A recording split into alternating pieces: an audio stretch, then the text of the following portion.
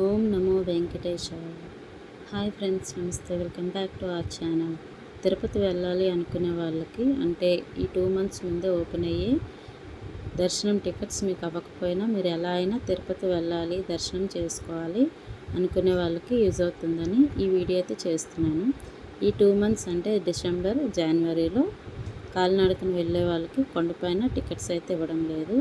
అలానే కిందన Srinivasam RTC bus stop complex దగ్గర, నెక్స్ట్ విష్ణు నివాసం రైల్వే స్టేషన్ దగ్గర మరియు Bhudevi complex Alipiri bus stand ఎదురుగా ఈ ప్లేసెస్లో అయితే సర్వదర్శనం టికెట్స్ అయితే ఇస్తున్నారు. కానీ ఆ టోకెన్స్ నెక్స్ట్ డేకి అయితే దర్శనానికి ఇస్తున్నారు.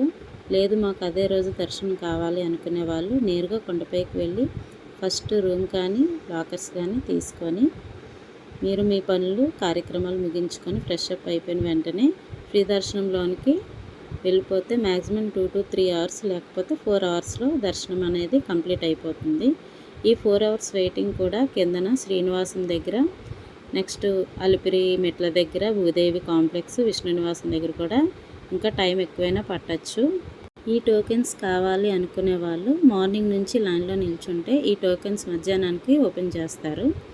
ఈవినింగ్ 5తో కంప్లీట్ అవుతుంది. సో ఫ్రెండ్స్, ఈ మెసేజ్ మీలో చాలామందికి యూజ్ అవుతుందని అనుకుంటున్నాను. మేము వెళ్ళేటప్పుడైతే తుఫాన్ కారణంగా మాకు 8 అవర్స్ అయితే వెయిటింగ్ హాల్లోనే ఉండిపోయాము. 8 అవర్స్ తర్వాత మాకు దర్శనం అయితే జరిగింది. కానీ ఆ 8 అవర్స్ కూడా ఆ దేవుడిని చూశాక ఎంత వెయిట్ చేసాం అనేది కూడా మర్చిపోయాము. ఆకలి కానీ ఏమీ వేయలేదు. ఎంత నిద్ర వచ్చినా ఆకలి వేసినా సరే దేవుడిని దర్శించేటప్పటికి మాకు ఇవన్నీ ఇంకా ఏం కనిపించలేదు.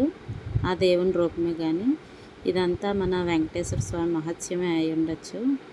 మా పిల్లలకు కూడా కొంచెం వీక్ అయిపోయారు కానీ దేవుడిని చూసేటప్పటికి వాళ్ళకి కూడా అలానే అనిపించిందంట.